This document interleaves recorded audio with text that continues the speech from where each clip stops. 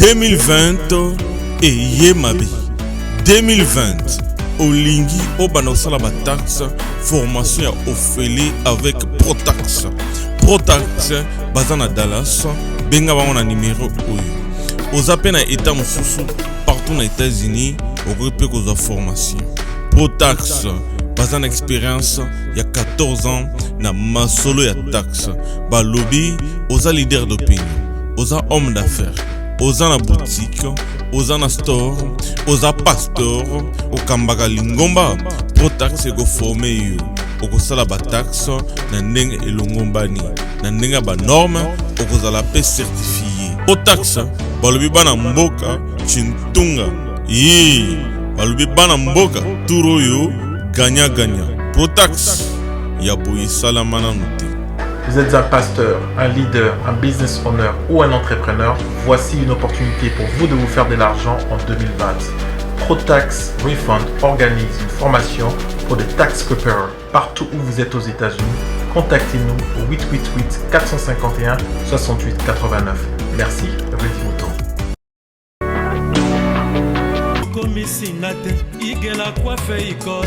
Papa na Kerwan, éternel Kenaya. Bon. Oh, chérie, je pas chez ni pour les hommes.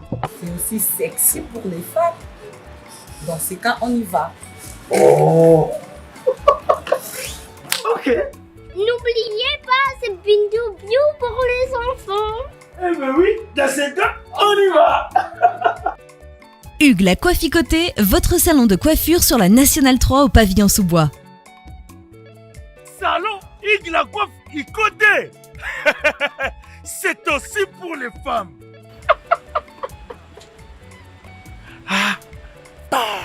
Hugues la Coifficoté, votre salon de coiffure sur la Nationale 3 au pavillon sous-bois. Ouvert tous les jours de 9h à 20h, même les jours fériés. Plus d'informations au 01 41 55 00 00 ou sur le www.huguelacoifficoté.com. Hugues la Coifficoté, l'homme qui coiffe la ville. Salon Hugues la Coifficoté, c'est vraiment sexy pour les femmes.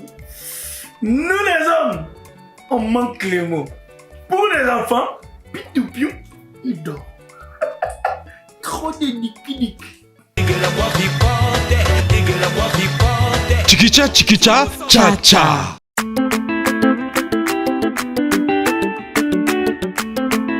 Enos.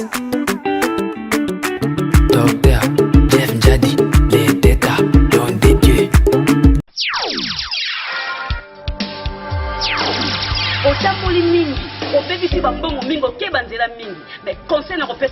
En tout cas, na centre ya papa Alphonse landa traitement na yo tina suka ba mama kokata yaka na centre traditionnel et pas il y a papa Alphonse okomona tina ekopesa na bomoto na yo yango na lubile yo yuka malari yo yazo saliseko yo obesidade, hemorroide, fraqueza sexual e prostática, dor de dente, dor de bexiga, reumatismo e outras doenças. ngayo nazaki na nya munene tokangi na hôpital belé nazaki solution te mais de papa France nazwi traitement bien et si papa France yende mutasi masolo izande likamba likasa docteur Alfonso Kleboa. docteur Alfonso Kleboa. batika yo lisungi na yo na nzete pe na matiti na lokasa na centre traditionnel naturel papa Alphonse 3 ans na libala nanga soki nazwi zemi bimangaka ntango tokutana papa Alphonse tosangani na mobali na nga nazwi traitement ndenge elongo bani nazwi zemi na 2011 naboti mwana nga yeyo mwana nga aza na 3 ans. Centre traditionnel natural docteur Alphonse. nayaki mpona lokolo awa pa ya papa Alphonse lokolo oyo etungisaka ngai mingi natamboli bisika misato mais tout temps eserepetaka kaka ti toye awa epai ya papa Alphonse naza na pashi ya maladi ya mino mama nanga moto amemi nga awa mpo si tomoni deja ke amemaki deja mwana mosusu shimba boyoki bango balobi artiste basi balobi ba star balobi pe ba confirmer kasi ba bosani eloko moko oyo ezali adresse eza nini ojainda damakesha ndeko komitunisa te soki outi imbonde oleki kaka wenza areyo okiti juste na banko befia kasi ezaka strada oyo tobengaka prince direction liboso ekota mosquée balabala ya liboso omoni centre ya docteur Alphonse bongo soko outi kuka komitungisa te kite kaka na befeya ntango okiti na befeya kota kaka na direction na mosquée balabala ya liboso nde omoni centre ya docteur Alphonse ndeko soki mpo bungi benga na banimero za wana benga dokotola solo nimero wana ye moko mta yambaka biro te ye moko ayambaka mpo ye ayebi maladi mpe yebi ye azali dokotola solo le number 1 d'Angola na minute oyo akangi papa kingandi mama kingandi abeti bango klebowa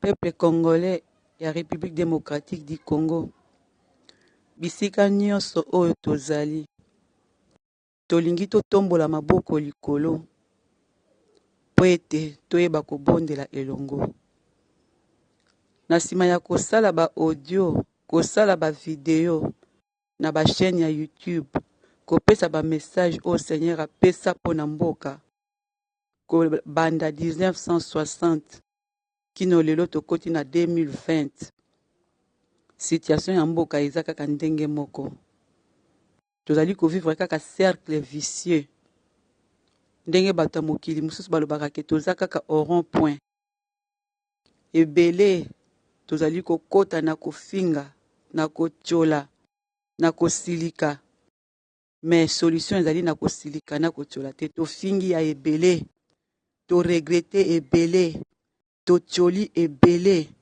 tolobi ebele tolingi topesa 2020 oyo tokota nanu to changer stratégie ya mabondeli to bondela pona mboka oyo kaba audio oyo na oyo azali na posa ete mboka oyo ekende malamu ba misusu bakoloba ete tobondela ebele tosilika pe ebele solution pe ezate totomboka pe ebele solution ezate na ba solution nyonso ezalaka prière et ko accompagner ba action mususu bible lobi na ba circonstances nyonso toyeba kobondela yango wana Seigneur auti kopesa inspiration pona kobondela pona mboka Congo yango wana na sepeli na lisungia molimo santo na sala audio oyo bisika nyonso ba Congolais ya République démocratique du Congo bazali na Amérique na Asie na Océanie na Europe na Afrique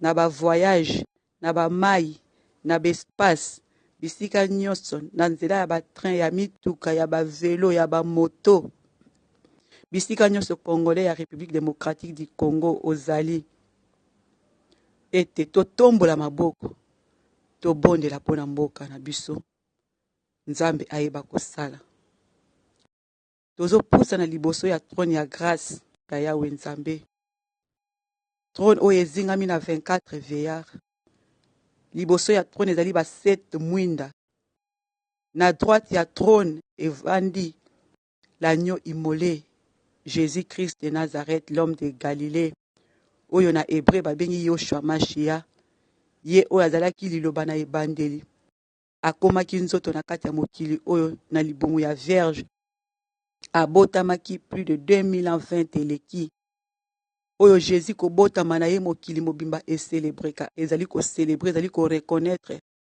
bonzambe na ye ezali ko reconnaître kobotama na ye oyo Jésus wana azwaki bisika na biso ba Congolais na ekulusu bisika esengelaki to kufa ye akufaki pona biso Yesu wana bengami l'agneau immolé pona biso ba Congolais tozali ko proclamer Jésus wana avandi na trône avandi na droite ya papa azali ko intercéder pona biso ye oyo azali nzambe wazali mokili na biso azali liloba oyo esala mokili na yango mokili ezali ko vivre balobi na ye Yesu wana biloko oyo ezali visible na invisible ezali ko sala esalami na ye Jésus wana tozali ko proclamer toke liboso ya trône ya grâce ya papa na biso oyo ba ange 4 êtres bazali ko ganga saint saint saint et l'éternel tozali ko poussana na kombo ya Jésus Christ ya Nazareth alobi venez à moi vous tous qui êtes fatigués et chargés tozali fatigués chargés na ba élection ba coup d'état na ba sécession, na ba rébellion. Tozali chargé, découragé, na ba kuluna. Tozali chargé, découragé, na ba meurtre, na est. Tozali chargé, découragé, na ba érosion. Tozali chargé et découragé, na ba épidémie, ba Ebola. Tozali chargé et découragé, na ba vie sociale. Ba salaire ya pasi, kolia ya pasi. Tozali chargé, fatigué. Alobi boya na ba problème na bino toye devant Jésus-Christ. Oya mima qui passe na biso ne kulusu. Pas n'importe quelle croix, mais la croix où on a écrit les rois des Juifs. C'est ce Jésus-là que nous invoquons en ce moment. C'est Jésus-là pour na masumu na biso. Masumu ba konzi. Masumu ba boti, masumu ba koko na biso, masumu ba pasteur, ya ba évêque, ya ba cardinaux, masumu na bango nyonso Jésus wana kufa ki na ikulusu. Akendaki, bakundaki, akendaki na séjour des morts, kokangola bato. Jésus wana o lelo avandi na trône ya papa, avandi na droite na loboko ya papa, azali ko intercéder pour na biso. Jésus Christ wana o atindela biso molimo na ye, ete asungaka biso, alakisa biso lolenge ya kobondela. Biso toyebaka kobondela te me molimo santo nde alakisaka biso lolenge ya kobondela. C'est Jésus Christ là au Bible lobi ete yenda dali le prince des rois de la terre, le roi des rois, le seigneur des seigneurs. C'est Jésus-Christ, l'étoile brillante du matin. C'est Jésus-Christ, le ressuscité le troisième jour. En ce Jésus, par ce Jésus-là, nous nous approchons devant le trône de la grâce. Hébreux 4, 16 et lobby. Tout pousse avec assurance devant le trône de la grâce afin d'être secouru dans nos besoins. Tozo pousse dans la tango oyo. Congolais nous bisika ozali. Tozo pousse devant le trône de la grâce. Tozali ko élever ma voix. Tozali ko élever ma boko. Pour nous abandonner. Na oya sala ete biso tozala. Na oya pesa biso mboka oyo. Yahweh papa mo santu na lola. Nzambe ya Abraham, ya Isaac, ya Israël. Yo oyo linga biso bato en général.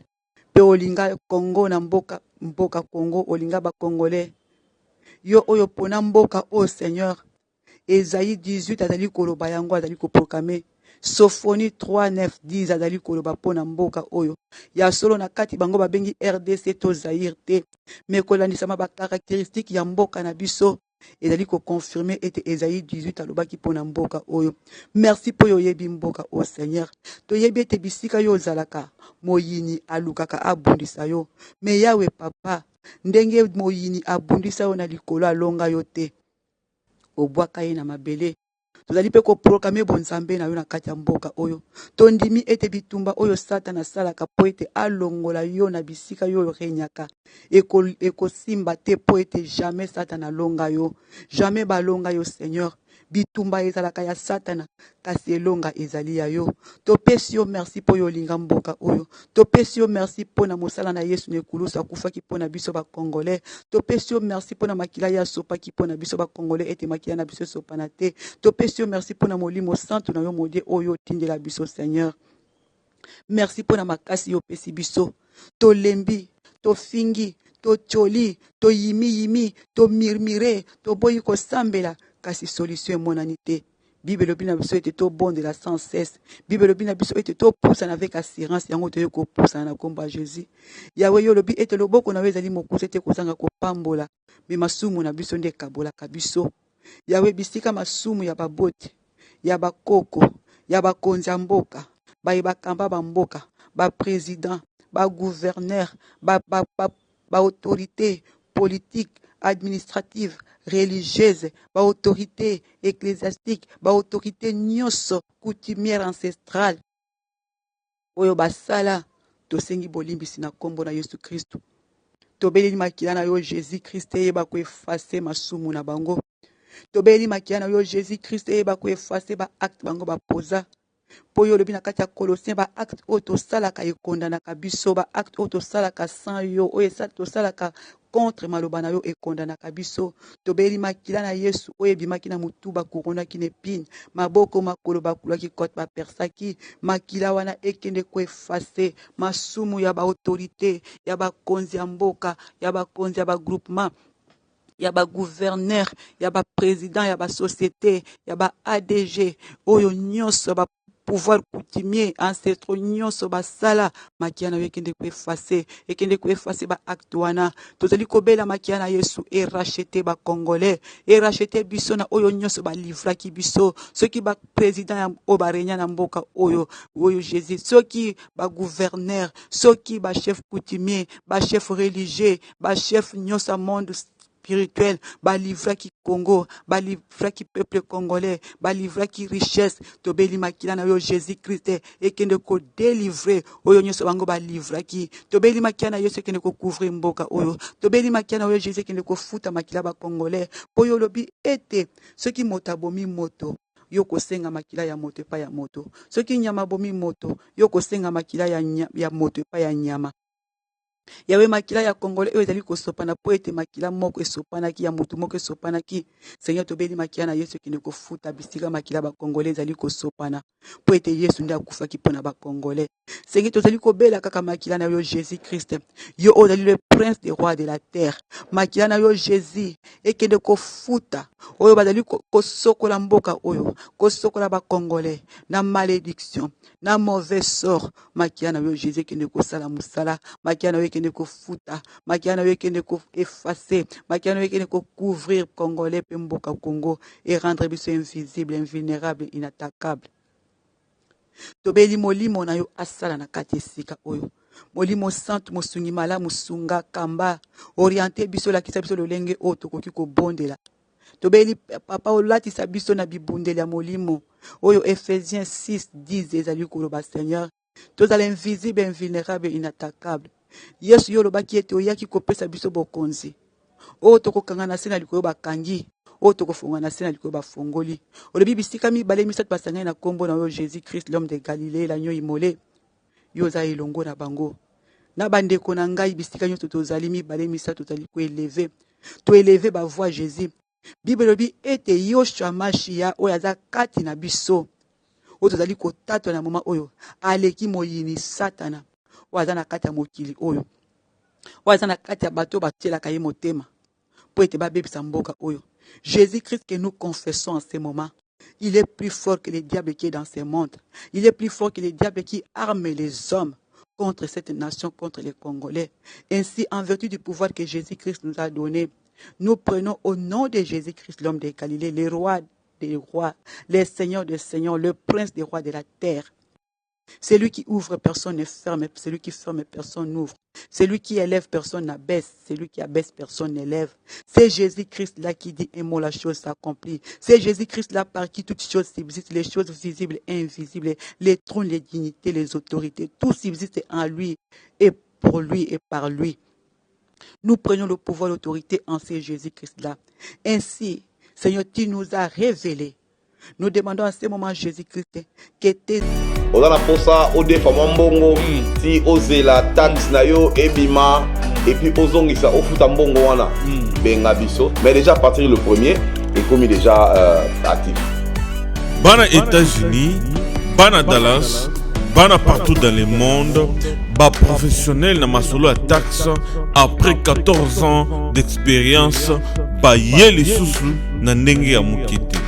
Olingi osala taxe na yo na ndenge ki bavimisa lo bord ki ARS alandela te na ndenge ki ba escroquer te na ndenge te ba mela yo te pro taxe ba ye taxe 2020 et mwana mama kobuka na te bakosa elo taxe na ndenge elongo bani ozana na Dallas sur place oyo na bureau ozana état mosusu otindi ba dossier na eux basaleli yo Protax ayema be ya boye et salema nanu te balobi à partir du mois de janvier au bengi bango oyiba sololi ba peso $6,000 en avance avant que ça la même taxe avant que W tout na yo et comment Protax Toyoki 2020, consommons congolais. Si vous cherchez un bureau de taxes fiable pour vos déclarations de taxes, contactez-nous au 888 451 68 89. Si vous n'êtes pas au Texas, vous êtes dans n'importe quel autre état, envoyez-nous vos informations par email ou sur WhatsApp. Les informations seront affichées. Rudy Mutombo.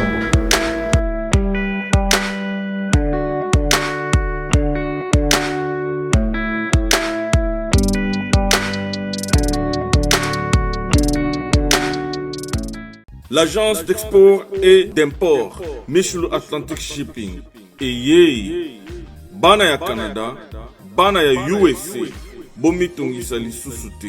Pour tous vos achats et ventes de voitures, pièces de rechange et les accessoires possibles. Na koti na ba koli na bino na Kinshasa, bomitungisa penza te. Please, bakoya koza koli tina ndako.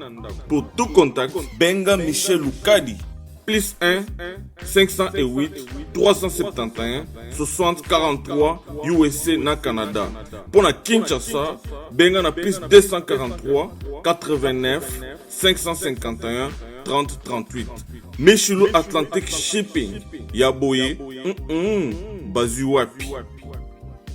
Bana ya Dallas, bana ya États-Unis mobimba. DHL et na système ya buka lelo, lamba lelo. Bokota, l'air est grave. DHL, garantie assurée. Naba primoko, nanu ezalate. Tinda kolina yo na Kinshasa, tona Afrique mobimba. Livraison à domicile dans 3 jours. Samba Senga, bongo ya livraison. Bapos kutu ekosa, ekoma kimpiato. DHL, omeki okangami. DHL, salamu mbongo na yo à 200%. DHL, otindi mardi, otindi mercredi, otindi jeudi, otindi lisusu mokolo ekoya. DHL, turoyo enyati bango nyonso tu. Pour tout contact, benga mwana mboka Yale Financial Service, situé sur l'adresse 2821 Brown Trail, Bedford, Texas. Pour tout contact, appelez au numéro 972 890 87 81. Service d'accueil assuré. Solution et mon ami, toujours travaille sur qu'on a DHL. Donc, les alliés garantis, tous à lundi jusqu'à vendredi, vous avez votre colis, vous passez ici, tous en a carton, juste l'idée sur les cartons que nous avons. 3 jours, 4 jours, et comme la Kinshasa. Et qu'on compte jusqu'à 10 pounds. Autant d'ici en haut, prix assez garanti 3 à 5 jours, et comme en haut sans problème. We're super excited to bring it to the Congolese community. We have 4 different sizes of boxes. It's reliable, fast service there within 3 days, and we have a really good competitive price. Chez Yale Financial Services, solution et monanier.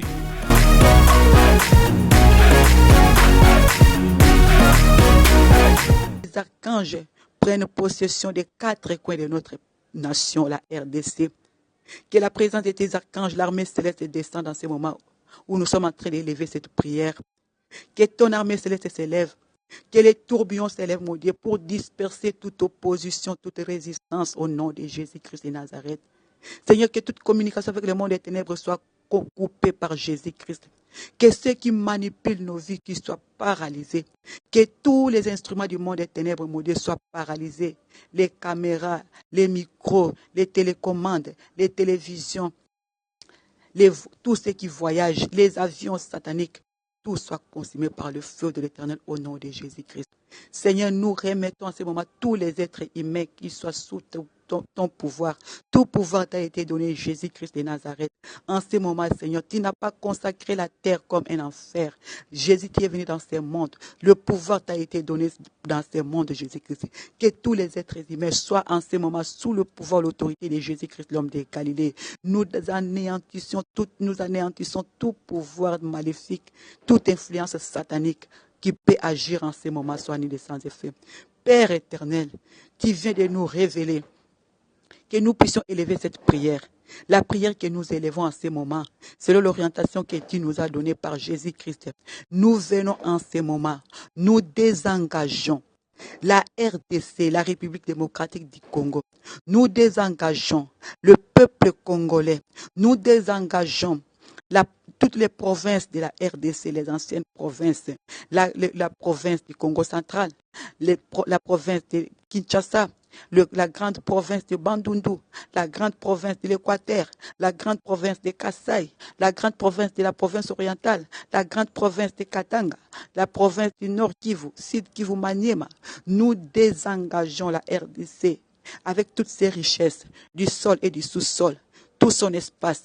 Nous les désengageons au nom puissant de Yoshua Mashiach, de tous les engagements, de tous les contrats, de tous les pactes, de toutes les alliances, de tous les accords maléfiques, occultes, qui étaient faits pour consacrer, pour livrer cette nation à la honte, pour livrer cette nation à la balkanisation, pour livrer cette nation au pillage de ses richesses, pour livrer cette nation au sacrifice par Ebola, pour livrer cette nation à l'insécurité, pour livrer cette nation à l'inconscience, pour livrer ce peuple aux actions inconscientes, de l'ivrognerie, de l'inconscience, de la passivité, de la négligence, pour livrer cette nation à l'opprobre, à une vie de misère. Nous désengageons cette nation au nom de Jésus-Christ de tous ces engagements, de tous ces accords, de tous ces pactes, de toutes ces alliances signées par les présidents, signées par les gouverneurs, signées par les autorités politico-administratives, religieuses, coutumières, ancestrales, signées par les hommes de ce monde, signées en RDC ou ailleurs, signées par les voisins, signées en Afrique, en Asie, en Océanie, en Europe, en Amérique, signé dans les eaux, les forêts, au nom de Yoshua Mashiach, à qui tout pouvoir a été donné dans les cieux, sur la terre et sur la terre, nous désengageons la RDC de tout cela, au nom puissant de Jésus-Christ de Nazareth. Que ces accords, que ces engagements deviennent nuls et de nul et sans effet, conformément à Ésaïe 54, versets 16 à 17. Nous désengageons cette nation, nous la libérons au nom de Jésus-Christ de toute influence maléfique, de tous les plans maléfiques, occultes. Seigneur Jésus-Christ, que ta grâce soit sur cette nation, que ton sang puisse racheter cette nation. Au nom puissant de Jésus-Christ, que les tourbillons de l'Éternel puissent déraciner, déloger, déterrer, déraciner tous les esprits de sous-développement, tous les esprits de l'inconscience, tous les esprits de sacrifice, tous les esprits de maladie, tous les esprits qui viennent, quelle que soit leur origine, soient déracinés, précipités, renvoyés, cloués, condamnés éternellement dans les abîmes les plus profonds sans retour au nom de Jésus-Christ de Nazareth. Nous proclamons la délivrance de cette nation. Nous libérons le sort de la RDC. Nous libérons la République démocratique du Congo, son peuple, ses richesses, du sol et du sous-sol, de l'espace, sous la manipulation, sous le pouvoir, sous l'influence satanique, mondaine, charnelle, au nom puissant de Jésus-Christ. Nous confions la RDC, le peuple congolais, sous le pouvoir, l'autorité de Jésus-Christ.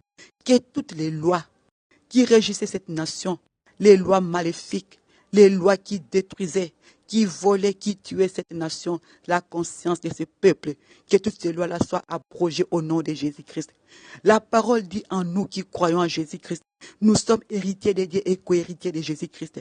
Ainsi, nous héritons de notre Père le pouvoir et l'autorité de signer les ordonnances, toutes les ordonnances, tous les arrêtés qui rendaient ce peuple malheureux. Nous les effaçons, nous les abrogeons par Jésus-Christ de Nazareth. Alléluia. Nous proclamons les ordonnances de paix pour cette nation, les ordonnances de la délivrance de cette nation, la prospérité de cette nation. Nous bénissons notre nation au nom de Jésus-Christ. Car la RDC, selon la prophétie du prophète Ésaïe 18, tu as été appelé pour bénir les nations. Tu as été appelé pour bénir Israël. Tu as été appelé pour apporter ton offrande dans la demeure de l'Éternel. Sois béni la RDC, au nom de Jésus-Christ de Nazareth. Yahweh, que toutes les portes qui étaient ouvertes, par lesquelles le diable et le monde et la chair entraient pour rendre cette nation instable, pauvre, pillée, que toutes ces portes soient fermées par le nom de Jésus-Christ de Nazareth.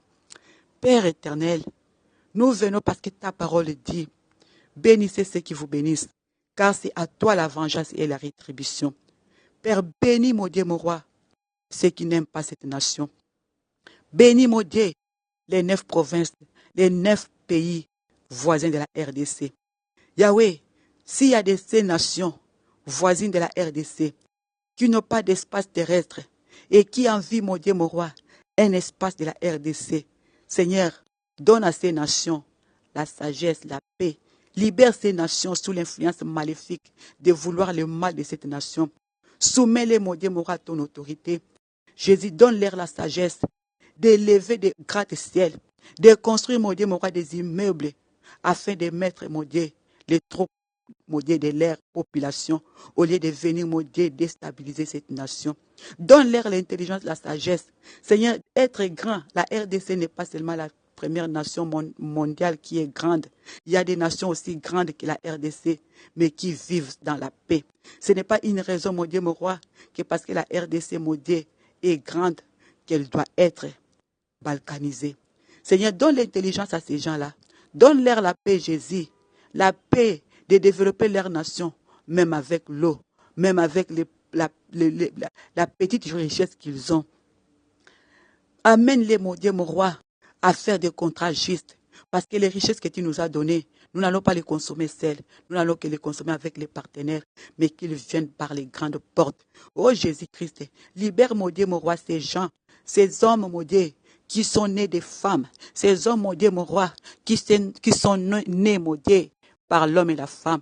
Libère-les, que ce soit des étrangers, que ce soit des Américains, des Européens, des Asiatiques, des Africains, des Australiens, des Océaniens, Jésus. Libère-les de l'influence maléfique satanique qui les font croire, mon Dieu, mon roi, que c'est en venant par l'arme, c'est en venant déstabiliser cette nation qu'ils pourront développer leur pays. Oh Jésus, libère-les, qu'ils soient libérés, mon Dieu, parce que les diables n'aiment pas l'humanité, parce que les diables n'aiment pas les hommes. Ils cherchent à armer les hommes contre les hommes, et en enfer, Jésus, il va armer les démons contre les hommes.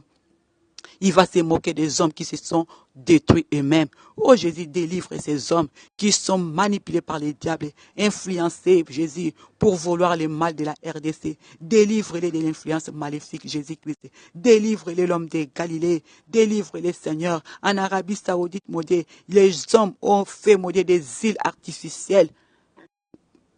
Ce n'est pas impossible, mon Dieu, mon roi.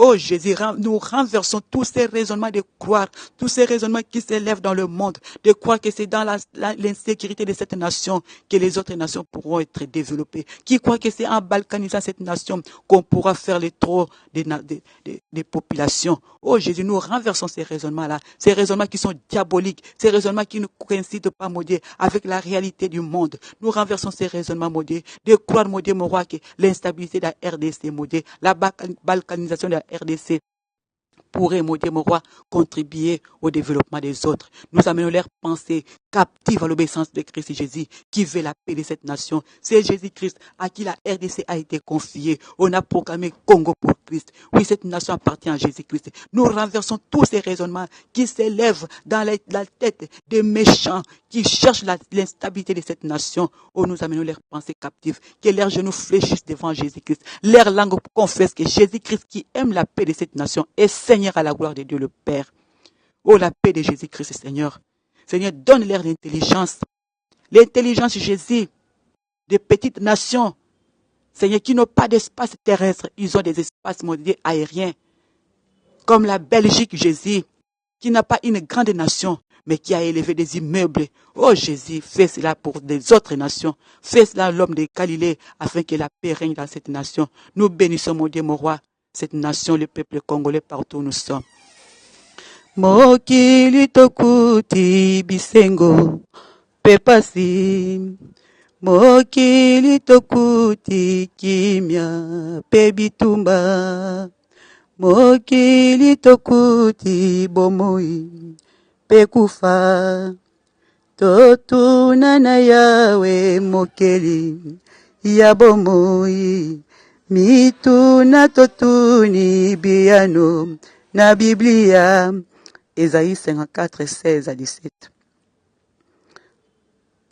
Tobelela yawe mokeli ya nyonso, tobelela yawe na kombo na Yoshua Mashia.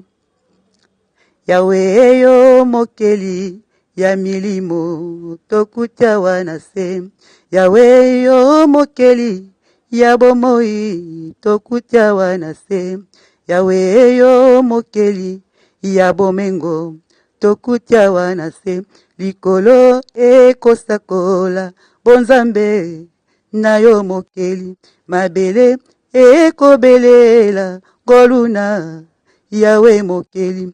Bakufi bakolela mawana yo poyo mokeli. Yawe yo mokeli ya milimo tokutya wanase. O banjelu banjelu bayembi kembona Yawe likolo kimya awanase na bato Yawe aponi banjelu bayembi kembona Yawe mokeli kimya awanase na RDC Yawe aponi. Yawe yo mokeli ya bomengo tokuti na Kongo. Yawe yo mokeli ya milimo ebundisaka Kongo. Yawe yo mokeli ya biloko tokutya wanase.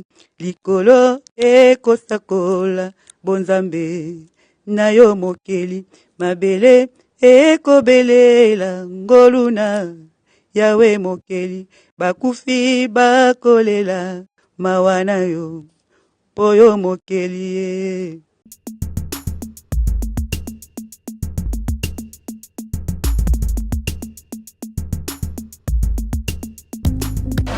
Viens le bible oza mwana nchangu mwana njili oyebi yango bien que JB service eza agence ya mwana njili mwana nchangu mais ozo sazade otinaka ba koli na ba chance moko boye banotina na koli mona 2004 ti lelo na 2019 koli yango ya te oyebi ke ti lelo eza la ngapasi agence ezaka moko on a déjà mon njili na Saint-Thérèse JB service ngamo na confirmer ngo po tindi diko li 10 ans c'est commis et puis les gens les kokomate mbala moko papa ni za kuleliseo donc c'est aussi magasin JB service eza kaka wana kisasate mais ça se soit uzanga kuibe zadi woye mbimba JB service soko kena Brazzaville eza na kati ya Brazza bona batu bakamata biloko na bango na Brazzaville précisément eza à côté ya aéroport ya Maya derrière mokuza wana ya football modinte maman dit ayenzila moko na biloko maman dit oui nayenzila mona biloko tokoma elobi toza a pona bino tosa musala pona bino anja munderite ngele mutu mwindo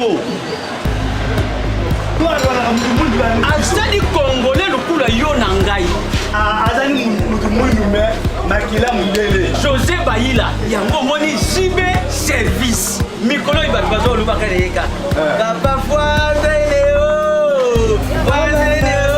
mumila igela coiffe ikote papa na Kerwan éternel kenaya Kanda taba ikote Sensi Nganda taba Fenenene Nganda taba chez Hugues la coiffe ikote papa na Kerwan éternel kenaya Au 174 avenue Aristide Briand 93 320 le pavillon sous bois. À la petite porte à gauche association Hugues Ikoté.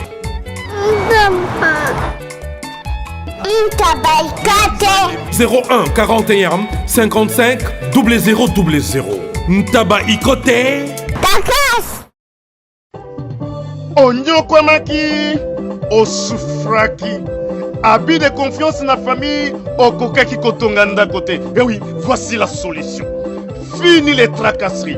Parce qu'avec Dekes Construction, rêve na yo kotonga ndako ekokisami. Yoka bien.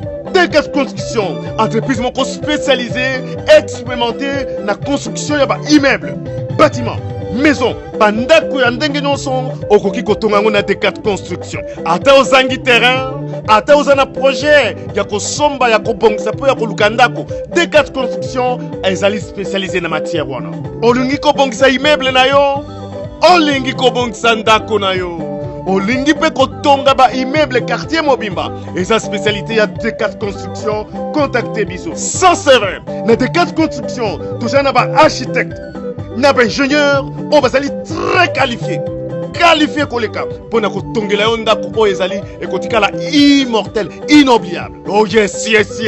D4 Construction vous propose aussi ma service local, luminosité à bâtiment et éclairage public, installation de vidéos de surveillance, installation de systèmes d'alarme anti-intrusion pour véhicules et maisons. Adamu tukanayo bakoki kotiela yo alarme moko ya suka. Oh yes, olingi talo ya pété, car D4 Construction eza offrir pas prix moko très abordable au poki ko négocier yango futaka ndambo oyo sengoteur. D4 Construction mwana Congo mboke bongi yaka. D4 Construction ay ko pesa yo opportunité ya ko bongisa avenir na yo, bokoko na yo, vieillesse na yo. D4 Construction bambolama.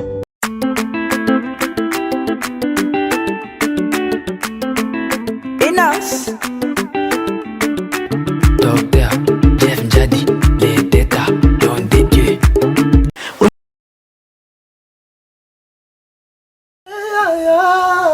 Bongo te Willie, bongo te tokaye, ma jolie na lelie. Ah Willie toka, na sengi pardon, kosala bongo te. Bana Congo, bandeko na ngai tout. Je vous demande de vous abonner au Somba Décodeur Wana. Mbambo pour na kotala ba biloko tout ya mboka pour vous aller informer à l'heure. CPLA TV na bandeli CPLA TV Décodeur CPLA TV, ma chaîne tout ya Kinshasa, ma chaîne tout ya Congo, ma chaîne belé bouquin na tout est sur les nyonso ba clip tant aux autres na bozotala. Donc ba information nyonso ya mboka, ya politique, ya culture, ya sport, ya santé, ya nyonso. Donc voilà, idéologie za CPLA TV.